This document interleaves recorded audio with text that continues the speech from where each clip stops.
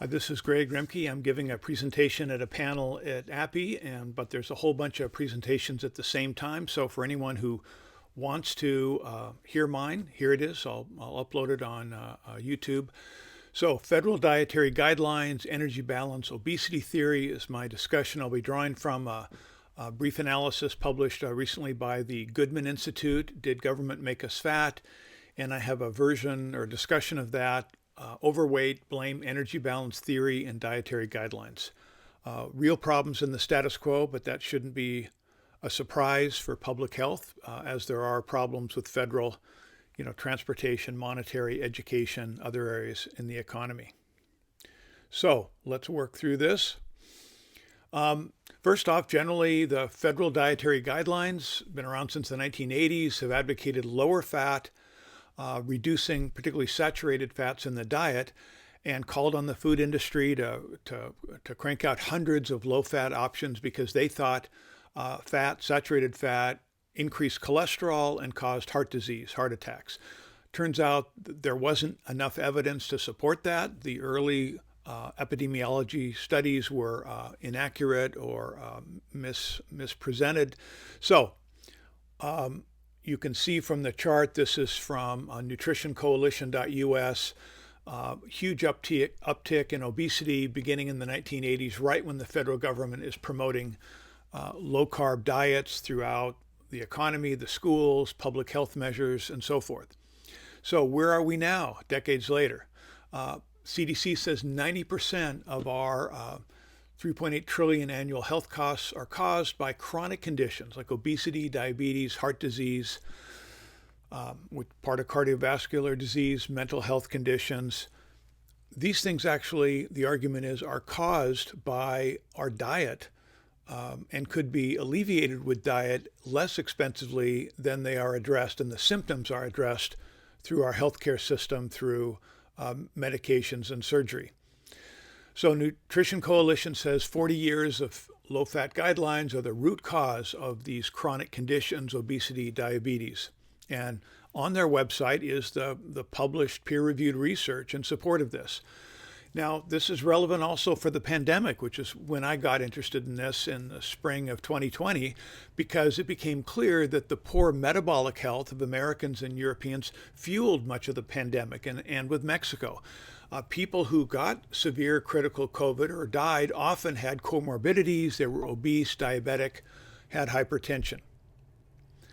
Vitamin D deficiency was another area it's been researched. Vitamin D also a hormonal influence. But in terms of, and you need more vitamin D when you're obese because it's absorbed in the fat cells. But one model estimates that U.S. obesity rates, had they been just 25% lower in the first 6 months of the pandemic, we'd have 30,000 fewer hospitalizations, 15,000 fewer ICU admissions, 24,000 fewer deaths. Now, this study model was actually done by a company that's selling obesity medication, but for the surging number of direct primary care doctors pushing nutritional intervention or change, this is a way to help us get healthier for the next flu season or pandemic. So, critics say, gee, this low-carb stuff, that's just a fad. That's just Atkins diet. It's got negative consequences. And they say, we don't have enough evidence. We don't have long-term evidence for low-carb and keto. Science writers, journalists Gary Taubes and Nina Teicholz have really made the big push, opening this up to a huge increase in a number of doctors and everyday people. Gary Taubes, through his Atlantic or New York Magazine article, What If It's All Been a Big Fat Lie? And then his earlier books, 2008, Nina Teicholz in 2015, were 10 years of detailed research and interviews with hundreds and hundreds of doctors. Gary Taubes' more recent book, The Case for Keto, again, seems extreme, but as you dig into it, for a lot of people, it's carbohydrates that are damaging to their metabolic system. So in the last 8 years, we've had this booming direct primary care business, particularly through the pandemic, where we can do online medical visits. Move this down a bit. So these people are prescribing dietary changes for obesity and diabetes. Dr. David Unwin has a great video where he tells the story in England about, his practice over decades. People get fatter, sicker. They don't follow his advice to eat less and exercise more. And then one patient just won't show up, avoids him, and won't take her medication. She turns up, she's lost 40 pounds, she's transformed, and she doesn't want to tell him why, because she learned in this internet forum of thousands of people who were exchanging advice on just reducing carbohydrates. Just stop eating sugar, carbs for a while, reset your metabolism, and go on a low carb diet instead of low fat. And so Dr. Unwin has been a major figure promoting or letting people know his story, his patients. He's got a practice, one of the most successful in England now, in de-prescribing medications, insulin, people getting much healthier, and they've published their research. So there's dozens now of books and conferences on low carb and keto. I bought about 50 over the last couple years. Some are critical of keto, so I'm trying to learn more on this. But there's conferences. If you get to lowcarbevent.com, you can see the conferences around the country mostly by nutritionists and medical doctors and researchers explaining their research on the metabolic benefits of dietary intervention as an alternative to medications and surgery, which is the status quo for obesity. Now, critics say there's no long-term randomized control trials that say how's keto going to go over 10 years. Critics say, well, people are dying. So what's going on? Well, for one thing, there were no low-carb studies funded from the 1980s to 2012, according to Eric Westman, because the federal government was on a low-fat push. They felt that low fat was critical, and the Atkins diet and these other guys were cranks that were dangerous. Even though people did lose weight, they were against it. And they said you can lose weight on a low fat diet, or a fat diet as well as low carb, which is true, but low carb turns out to be easier for most people to lose weight and get healthy. The whole low fat move in America was Ansel Keys, the 7-country study, the McGovern hearings. People were dying of heart attacks like Dwight Eisenhower, and the blame was on saturated fat. They said people are eating saturated fat, it's clogging their arteries, they're getting heart attacks. However, at the time they didn't have enough research, enough knowledge to know the science behind it, but they pushed through, it got set in stone, institutional lock-in followed. Now, in fact, critics say the low fat stuff is more the fad than low carb. So we had the Atkins diet, and there's a new Atkins diet with Eric Westman. There was a South Beach diet. Protein Power came out like 20 years ago. All these sold millions of copies, but they have a longer history. And this is, again, why I think economic history matters in looking at nutrition. Gary Taubes writes about this, and his Case for Keto gives some of the history. 61, a book, Calories Don't Count, sold 2 million copies by Herman Thaler. Thaler learned from Alfred Pennington, who was slimmed down obese DuPont executives, and he learned it from a cardiologist in New York City who worked in the 1920s. Thousands of people who were overweight were advised to just reduce carbohydrates. This was in the standard medical textbooks up through the 50s when they were sort of expunged, because they're trying to sort of erase the history of how low carb was the way. If you happened to be overweight, for a lot of people, carbohydrates are not tolerant to carbohydrates.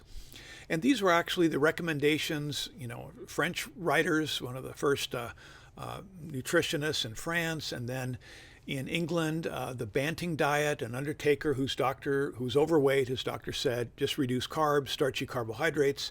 He lost a bunch of weight. He wrote a letter on corpulence, which was sold thousands of copies. His ideas, which weren't sophisticated, were researched further in Germany. So you had a whole network of German nutritionists who were actually practicing doctors who advanced the science of this before World War II. And then World War II, unfortunately, destroyed the German, that's where science was for a lot of the scientific fields in the late 1800s, early 1900s. obesity and nutrition begins in America after World War II with academics and universities who had theories but weren't clinical practicing doctors, because the practicing doctors knew that their overweight patients could reduce carbohydrates and lose weight. So Gary Taubes in Case for Keto quotes Gene Mayer to attribute obesity to overeating is as meaningful as to account for alcoholism as over drinking. Remember, the standard medical advice in the U.S. following the federal dietary guidelines and energy balance theory of obesity is that people would just eat a little less, exercise a little more, they could lose weight. Gary Taubes talks about the history of this through the 20th century and this energy balance theory, basically saying the problem is gluttony and sloth. You know, this has biblical resonance for people. If people were just less sinful and would exercise more and not stuff their faces, they wouldn't get so fat. Gluttony was a problem.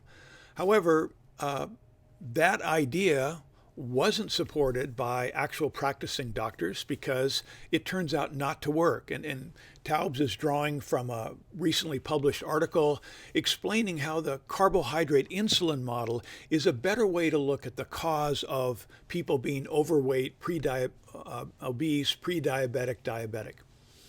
And that is that if you were to follow the energy balance, which is what doctors generally recommend, you can lose weight, 10, 20 pounds in a month. Just, don't leave the table before you're full.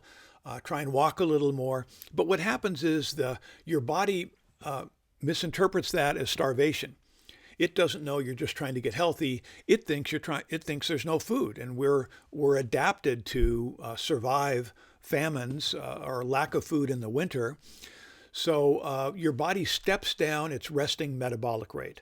And when it steps down the resting metabolic rate, all of a sudden the next month, eating the same amount you ate last month and lost 10 pounds, you might not lose anything or gain 5 pounds in the next month, and you're miserable. Your hands are cold, you feel miserable because your body has stepped down the energy it consumes in order to conserve scarce nutrients because you're starving yourself. Instead, those following the alternative carbohydrate insulin model is saying, look, eat till you're full and eat a combination of protein and healthy fats. Reduce the carbohydrates you eat, because carbohydrates have another problem. For a lot of people, they're converted to sugar or glucose in the bloodstream. They cause a surge in your blood glucose levels, which leads to a surge in insulin you can only hold a couple teaspoons of sugar in your bloodstream. Your body has to get rid of that blood glucose, the excess. It pushes it into the muscles as glycogen. It puts it in the liver. Your liver begins to fill up. It begins to put it into fat.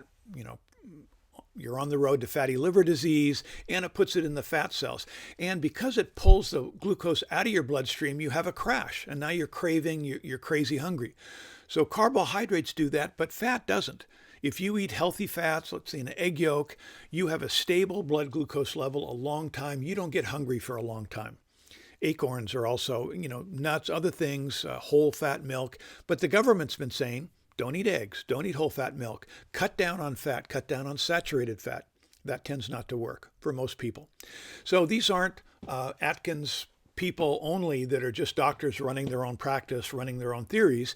These now are major figures in the healthcare world. David Ludwig is the lead author in this Oxford Clinical Nutrition publication. Eric Westman of Duke has a practice, many publications. He basically put the academics behind the early Atkins diet and has been working on this for 20 years. Mark Hyman, hired by the Cleveland Clinic, mainstream, and he runs their low-carb project there, functional nutrition. Stephen Finney is a lead guy at Virta Health, started by an Ironman competitor and tech millionaire who got type 2 diabetes, even though he seemed completely healthy, from stuffing himself with carbohydrates. Or he had this problem to start with, but it turns out it's solved when he reduces or cuts carbohydrates. So they're actually running tests, saving insurance companies thousands of dollars by doing randomized control trials on people who cut their carbohydrates versus cutting fat versus doing nothing. And so I write about this on Normal Nutrition, and I'm obviously not an expert, not a doctor. I'm just trying to link people to these studies and research and online videos from medical conferences. But in the institutional lock-in story, what happens is Ansel Keys and others had a theory that saturated fat caused high cholesterol, caused heart attacks or cardiovascular disease. But at the time, they didn't know enough about carbohydrates. They had theories, but they didn't have the data. They didn't know there was all these different kinds. And we've had decades since with millions of dollars spent on studies to confirm the diet heart hypothesis, and have not found confirmation. They're still researching it. They actually found higher mortality rates for people who lowered their cholesterol. You replace saturated fats with vegetable oils, you can lower your cholesterol, but you're more likely to die. And those findings were not published for decades and only recently have been discovered in, in the son of a researcher's attic and so forth. And I write more about this in the paper. So one of the books I recommend, Nutrition in Crisis, Richard Feynman basically has a couple rules. Rule 2, if you want to lose weight, don't eat. And that seems crazy, but in fact, we have the ability not to eat. We go into a fasting state, ketosis, that is actually healthy for us once you're adapted to it. And he says, if you have to eat, don't eat carbs. He argues that for diabetics or people with metabolic syndrome, which is this insulin resistance, where over time, your pancreas struggles to make enough insulin to get the glucose out of your bloodstream, and that's when you're type 2 diabetic and you begin getting medications of various kinds or injections of insulin. But he says the default approach from the evidence, from the clinical randomized control trial evidence, should be to reduce carbohydrates first.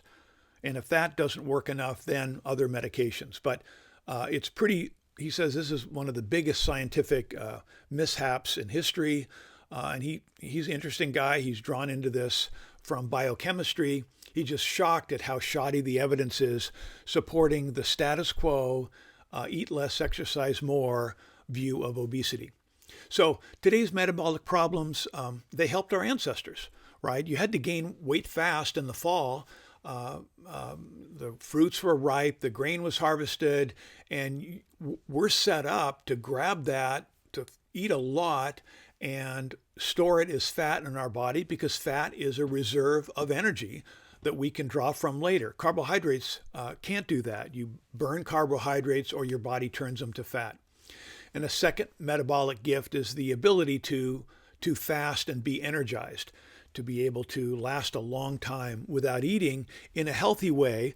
I always thought these people who fasted were like crazy people, but then it turns out it's not complicated once you're adjusted to it, and it has a whole range of metabolic benefits. So I write more about this. Jay Richards, who's written a number of books, who's now with the Heritage Foundation, has a book called Eat, Fast, Feast.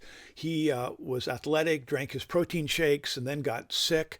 And he writes about his medical challenges and how fasting and feasting, mentioned 60 times in the Bible in all religions, works better for him, and he discusses why.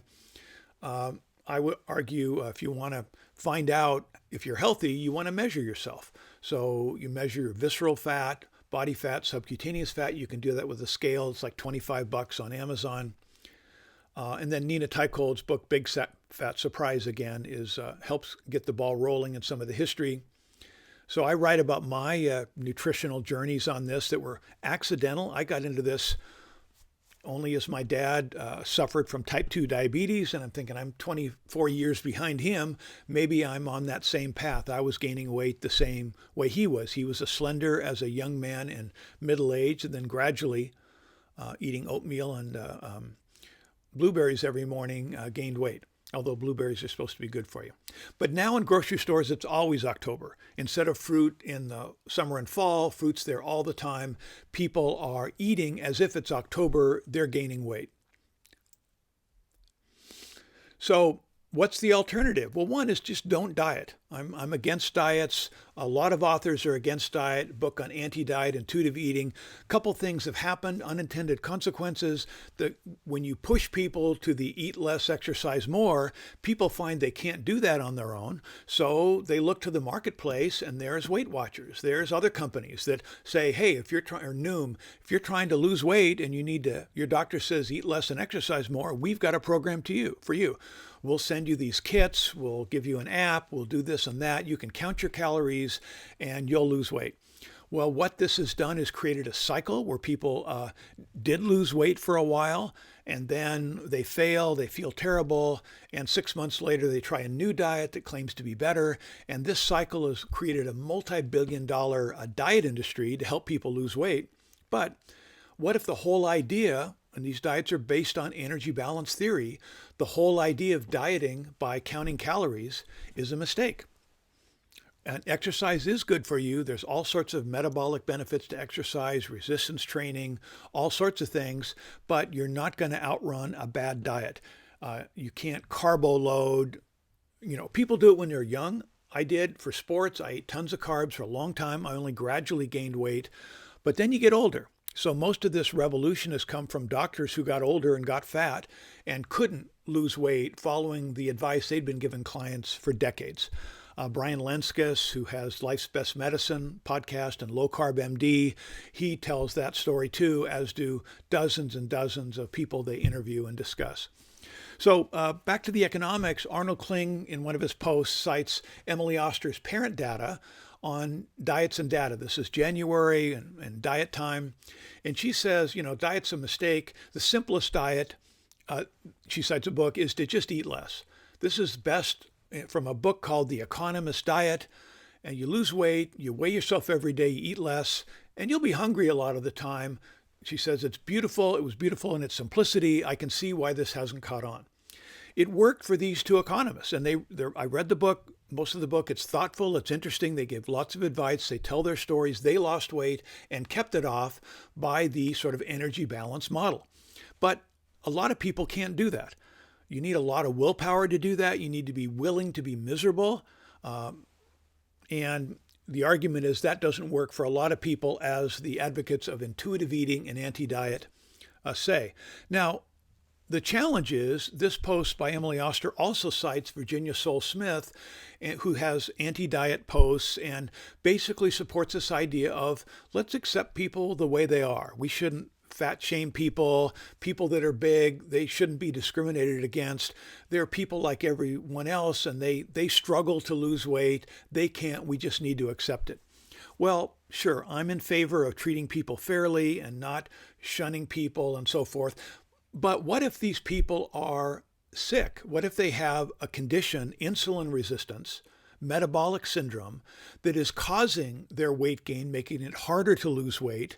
And if they just knew that cutting carbohydrates in their diet, the federal government dietary guidelines said you need to eat more carbs, you need to eat more often. So pushed it from 40 up to 60% in a range, and said eat a lot of small meals, eat a lot of whole grains, eat a lot of healthy, vegetables and fruit. But the problem is grains, vegetable, fruit, sure, they have micronutrients that are beneficial, but they're thick with carbs, and a lot of people are intolerant to carbs. They cause these glucose spikes, eventually insulin resistance and obesity. So you want to accept people as they are, but also let them know that it isn't really, it's supposed to be harder for women than men. This is a research ongoing, but a lot of people have lost a lot of weight just by learning. I mean, I started just by watching videos of nutrition conferences, doctors and other experts. I started researching with Nutrition Coalition. The challenge, though, in the status quo, NIH, as I said, has blocked funding from low-carb studies, and ideology and special interests are behind the federal dietary guidelines. The federal you could argue there shouldn't be federal dietary guidelines, or at least they shouldn't be inaccurate or outdated or not supported by evidence. But we have them, and they control what's fed to kids in schools, nutrition programs in colleges and nutrition departments, what prisoners get, what the military gets, our overweight military. And the advice for them is, eat less and exercise more. And then you've got angry military people, police departments where people at Dunkin' Donuts trying to lose weight. And in prisons, diets in prisons, they found just a study giving just a nutritional supplement with healthy fatty acids and vitamins to prisoners in England. The violence in the prison dropped by 1/3 in the randomized control trial for the prisoners who got just some better nutrition. So you've got a lot of vegans and vegetarians and elderly people set in their ways. So Nina Teicholz at Nutrition Coalition, they've collected the research and studies on this. And again, there's people who oppose Nutrition Coalition who call for more vegetables and say, look, the problem is processed foods. Those organizations are important to research as well as we go back and forth, better to debate this topic. But on salt, saturated fat, total fat, all these things, as presented by the federal government, tend to be not backed by evidence. The movie Fat Fiction gives a background to this, and you can watch the trailer, and I think it's free on various sites. Alternately, you can watch Forks Over Knives, which is the vegetarian thing blaming meat that looks at some of the same problems of obesity and blames people eating meat. And the FDA, if you want to learn more about the disaster of the FDA, Richard Williams is on our panel, has written a book called Fixing Food, telling the story of his experience with the FDA, and it is instructive and entertaining. So summing up here, what do you do? Just like in economic freedom, where you want to measure different sectors of the economy, trade, monetary policy, you want to measure stuff to find out what works. Similarly, in the body, we want to measure stuff. So you can get a scale, as I said, to measure your body fat, particularly visceral fat. You can get an Amazon Halo, which does the same thing through a different technology. It's supposed to be very accurate. I combine the two and they measure. So I lost a lot of weight and a big reduction on visceral fat. You can just measure your waist size. Mine went down from 40 to 35 as I lost weight and especially lost visceral fat from not eating carbohydrates. I have croissants now, I have carbohydrates now, but for a month I reset by not eating them and then gradually introduced some into my diet, but I eat a lot less. Breakfast cereal, I used to have Raisin Bran and think that was healthy. Then I looked, it's got 17 grams of sugar in a bowl of Raisin Bran. That's almost 3 times as much as the dark chocolate, lower sugar that I eat. Medical costs, again, dramatically can be reduced. This is a doctor, general practitioner, I think in New Zealand. She mentions her doctor, her husband does surgery. Most of his patients with kidney disease were overweight. She basically had him give just a 5-minute overview of the Society of Metabolic Health Practitioners guidelines for reducing carbs, because he told him, look, you've signed the deal to have an operation. It's going to go much better for you if you weren't so heavy. So our operation's in 3 months. I'd recommend you lose some weight. And here's a way to do it that isn't painful. Just cut carbs, substitute healthy fat. So her husband finds that his patients, virtually all of them lost an average, I think it was 20 pounds, maybe more, before the operation. And he argues that dietary changes have been more helpful to his patients than the surgery that he performed. And that's just with a 5-minute. Now, of course, it's a nice threat. You're able to say, I'm going to take a knife and cut you open, but I encourage you to lose weight ahead of time. Not sure how you apply that more widely. Again, I talked about the pandemic. Here's the federal dietary guidelines. What was the food pyramid is now the food plate or my plate. It's still saying eat more carbs, eat fruit and vegetables. Here's this picture of this kid eagerly grabbing for a tomato and carrots, a big bowl of this stuff. This is the happy family that's, I don't know how the kid's going to eat that tomato. I'm not against vegetables. They're good for you.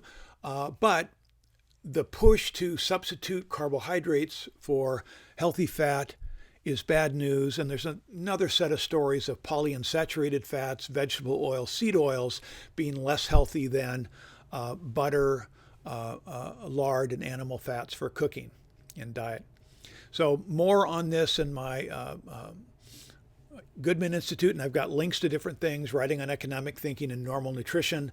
Thank you very much for attending my session or watching this video.